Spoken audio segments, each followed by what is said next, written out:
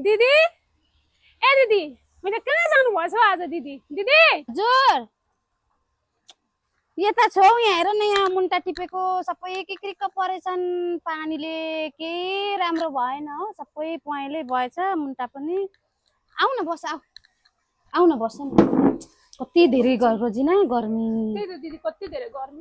मुन्टा त सबै सक्यो नि त दिदी पानी हेर न पानीले सबै पहेँला भयो पहिला कति राम्रो थियो है पानी त सबै रातभरि पानी परेर भन्नुहुन्छ भने कति पानी परेको नि त्यही त अनि तपाईँ त यताउति पनि गरेको देख्दिनँ अचेल एकदम सिरियस देख्छु के भयो दिदी तपाईँलाई सन्चो छैन है क्या हो तनाव लागिरहेको छ रोजिना मलाई त जिन्दगी देखेर पनि के भयो दिदी त्यस्तो केही भस्तो लाग्दैन त फेरि के भन्नु हौ रोजिना दिनदिनै छोराछोरी हुर्किरहेछन् बढिरहेछन् खर्च बढिरहेछ पैसा छैन गोजीमा हो हुन त तनाव छ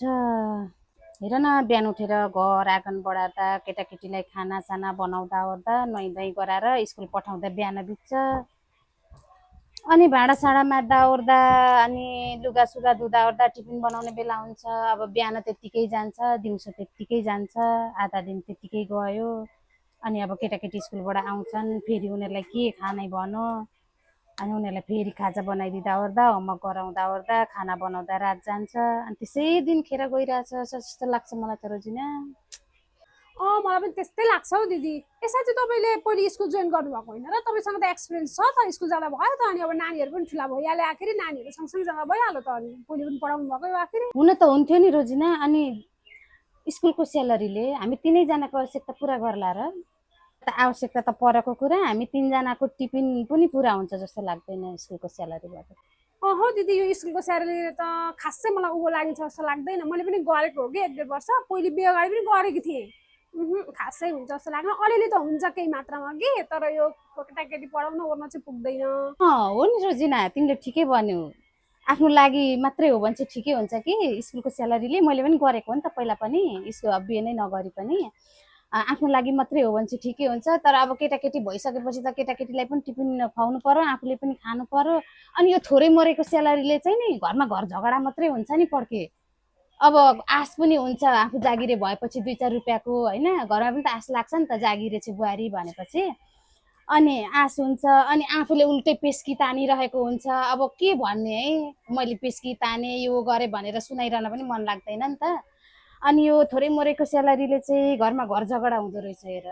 त्यही भएर एकदम गाह्रो छ कि हामीलाई अब के गर्ने म त एकदम सोचमा छु एकदम टेन्सनमा छु रोजिना हो नि दिदी त्यो त भोग्नेलाई मात्र थाहा हुन्छ क्या यो पीडा नि हो हुन त स्कुलको अब स्यालेरी त्यस्तै हो होइन ठिकै छ के साह्रो गर्मी हेर्दा हेर्दै दिदीले केलाई सक्नुभयो सम्झी आफूलाई छैन अब कतिखेर हो ठिकठाक पारेको छैन त्यो फेन अलि यता सार्दिनँ के साह्रो गर्मीले मर्ने बेला भयो भयो रोजिना लु मैले ठुलो पनि बनाइदिएको छ है उडाउँछ होला तिमीलाई अब हेर न अब दिनदिनै बर्खा लागिरहेछ ट्र्याक्टर जोताउने पैसा खेतालाको पैसा अब यो अलिकति पनि जिम्मेवारी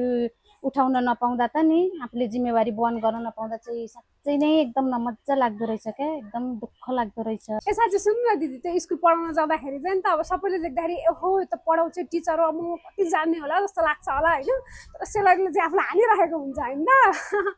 ठिकै छ र पनि रोजिना उसो त छुट्टै खालको मान सम्मान पनि त पाइन्छ नि टिचर भन्ने बित्तिकै अनि अर्को कुरा सुन न एकदम प्लस पोइन्ट चाहिँ मलाई के लागेको भने स्कुल जाँदाखेरिको जस्तो आफूले पढ्दाखेरि नबुझेको कुराहरू हुन्छ नि त्यो चाहिँ पढाउँदाखेरि धेरै बुझिदो रहेछ क्या मैले पनि स्कुल पढ्दाखेरि नबुझेको कुराहरू चाहिँ केटाकेटी पढाउँदा बुझ्ने मौका पाएँ क्या त्यो चाहिँ एकदमै प्लस पोइन्ट लाग्छ दिदी एकदम सही कुरा गर्नुभयो त्यही त नजानेको कुराहरू पढाउँदा पढाउँदै आफूलाई पनि आउँछ क्या त्यो चाहिँ राम्रो हो अनि साथीहरूसँग भेटघाट हुन्छ रमाइलो यसो टिफिन उति हुँदा पनि होइन त्यसो भए भनेपछि तपाईँ पढाउन जाने सोच्नु पनि हुन्न जस्तो लाग्यो मलाई रोजिना हेर न अब अहिले गइहाल्ने सोचमा पनि छुनमा छन चाहिँ अनि अब त्यही हो हेर न अलि केटाकेटी पो आउने बेला भइसकेछ त अनि चार बन्न पो आँटिसकेछ त के खाना दिने भन्ने त्यही सोच बनाएर बस्नुपर्ने छ फेरि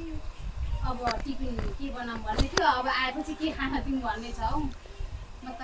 ए ल नानी भन्नु त म त नानीलाई केही नखाइ पो आएको थियो त दिदी गफै गफमा भुलेछु तपाईँले हेर्नु न सागसब्जी पनि ठिक्क ठिक्क पारिसक्नुभयो गर्मी उस्तै छ के खाने हो सब्जी पनि भन्ने हुन्छ हौ दिदी बेलुका भएपछि नि ल गएँ ल ल ल रोजिना मैले नि गफै गफमा सकेको खेलाएर पनि अब केटाकेटी आइपुग्ने बेला भयो कि म पनि खाना बनाउँछु अनि अब यस्तै हो गफ भनेको फेरि गरौँला न है